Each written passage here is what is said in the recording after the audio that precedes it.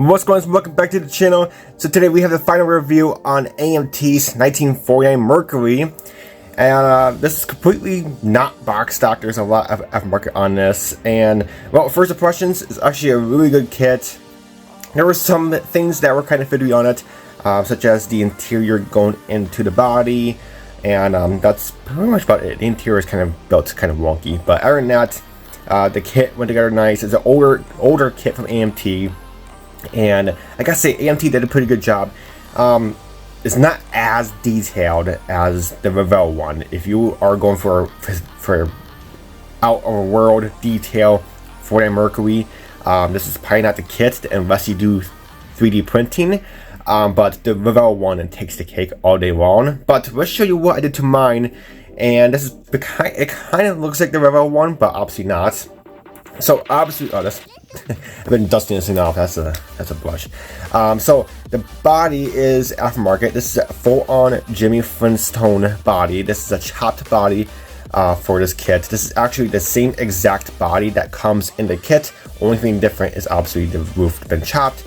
I believe it's like a 4-inch chopped version if it's in real life. And scale, I'm not really sure. Was it like 4 centimeters or something like that? 2 centimeters. So yeah, it is chopped, not very much, but very slightly, and it looks really good chopped, and yeah, it looks good. Obviously, on Jimmy Flintstone bodies, you do have to do some cleanup. Obviously, you gotta get the flash out of the windows. There's some flash down here in the wheel well, so obviously you gotta do some cleanup, but not too big a deal. And I gotta say, Jimmy Flintstone did a bang up job on this body. Only thing you are stealing from the kit body to complete this body is obviously the hood and the trunk, because the trunk is molded separate. I did glue my trunk shut because I couldn't get the hinge mechanism to work, and I didn't feel like fiddling with it. And plus, I don't really like opening trunks, so I just glued it in there anyway. I did have a spare tire. I did put up another spare tire in there, so I did put it in there just so it's in there, because what else I'm going to do with it? I'm just going to throw it in the garbage. So I did put the spare tire in there, but yeah, I did glue the trunk shut because I don't know, the hinge mechanism wouldn't work, and I didn't want to, I didn't want to finesse with it. So just glued it. It looks good, and that's pretty much the only thing about that. So the body, we did a nice gloss black finish. My initially plan was to do white with orange flames. That didn't work out too good because the paint I used was actually RC paint, which is good for one color coat, but not good for two-tone, obviously, because I learned that the hard way. So I stripped the body, painted a different color. That color wasn't covering too well. There were some spots on the body here on the roof, like 2 little spots it would not cover. I wasn't so sure, and I was getting pretty ticked off. And then I touched it by accident, and it peeled up with paint. I was like, yeah, okay.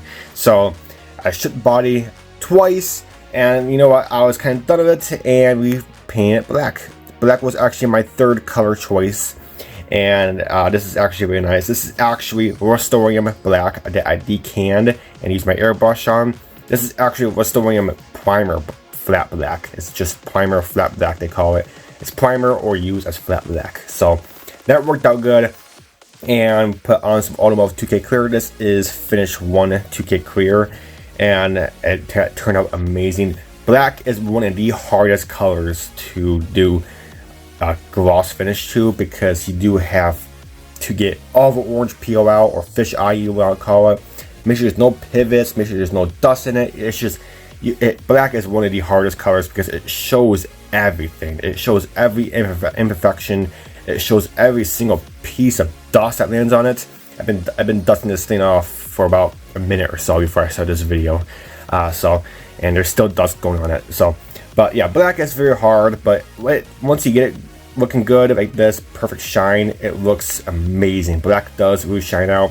Just when you take it to shows, make sure you carry one of these, because people will be looking at it. Dust is going to obviously jump onto it, and you're going to have to dust it off at least every half hour or so. And then, yeah, so. But other than that, black, it's a really nice color. Just really kind of difficult to do, and keep it clean as long as you have a nice display case, which I would do. So, but other than that, black is good. And this kit actually did come with some spotlights here, so I was debating to not put them on, but I test fit them with the tweezers, and they do actually look pretty cool. So what I did there, I did just drew out a tiny hole on the spotlight and a little tiny hole on the A-pillar, and I put in a little piece of rod, or yeah, a little piece of rod, metal rod in there, because I didn't feel like gluing. I didn't really feel comfortable gluing the spotlight to the A-pillar. I want a little bit of support with a little rod in there, so I'll just glue the tiny rod and just glue the rod into the hole, and it should stay much better than just having the spotlight just glued to the A-pillar. So that looks really good. Did that in Alcrad Chrome. Everything has been stripped and did in Alcrad Chrome. Actually, I don't think I use any kit chrome in this kit, because I did a lot of aftermarket. So the bumper is from Parts Box. I wasn't so sure what kit it came out with, but it's my parts bin. I test fit it and it looks pretty good. The grill is 3D printed. Only thing that is stock from the chrome tree was the headlights. So we did use that. The spotlights are chrome as well from the kit. Dechromed them.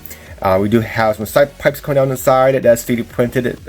The triple exits on both sides. That's pretty cool. And then of course back bumper from Parts Bin as well. So that's pretty cool. And then you do have your tail lights. So yeah, those on there. Those look pretty good. So our net body looks good. The wheels and tires I mentioned are 3D printed. These are actually mercury wheels, which look amazing. You got some nice steelies, and then we got the hubcaps that says mercury on them, painted them chrome. The tires are two-piece, a tire and a white wall, so obviously do the white wall and just plain flat white. And then the tire is tire rubber black from Tamiya. So that looks pretty good. The clear parts are obviously, I had to make those because obviously a chop body, you are not fitting the kit glass in this, because the kit glass is too thick for one, and yeah, it's not going to work. The interior is not going to go in all the way. I did test fit it, but yeah, so make sure you make your own glass. This is just clear plastic I bought on eBay or Amazon, and it works really good. I do have to dust it off a little bit. I guess I do have a little bit of flocking on there. We'll just get a little can air compressor in there, can air in there, and we'll blow that off. But other than that, that's it for the body. Chassis is pretty basic. We just did it all flat black. Nothing too major. I just lowered it a little bit. Lowered the leaf springs. I did lower the front suspension a little bit because I do want a nice ride height on this. So that's it for the chassis. Pretty basic down there. Didn't do any wiring down there because I had to ship this body multiple times. I just kind of got over it. I was like, yeah. So we're not doing any wiring down underneath of the body. Or the undercarriage, you want to call it. But other than that, you're not going to see much of it anyway. So that looks pretty good. The interior, we did in a nice dull red from Tamiya. This is actually Tamiya's new lacquer paints. This is my first time using them, and they're actually really nice paints. Lacquer, they do clean out the airbrush much easier than their acrylic paint, obviously, because acrylic is water-based. Lacquer, you can use regular lacquer thinner to clean out your airbrush, which is nice. So very cool. We got a nice doll right in there. We got some black seatbelts in there from Gopher Racing. The steering wheel is 3D printed, but fun fact, it's actually the same exact steering wheel that comes in the kit. This kit, my version of this kit, it had a lot of flash on parts, and most parts got a lot of flash was the steering wheel. Parts in this kit were very fragile because again, it is an older kit.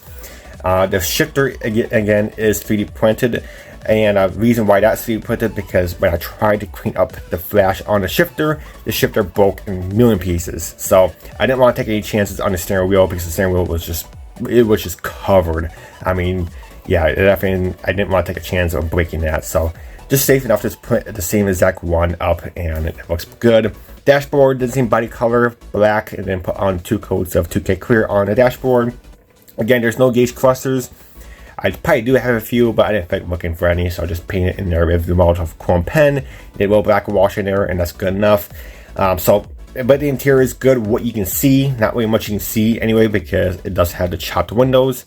So what you can see, it's very nice.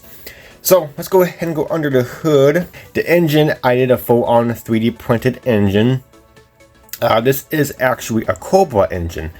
302 small block Ford Cobra engine. It looks really good.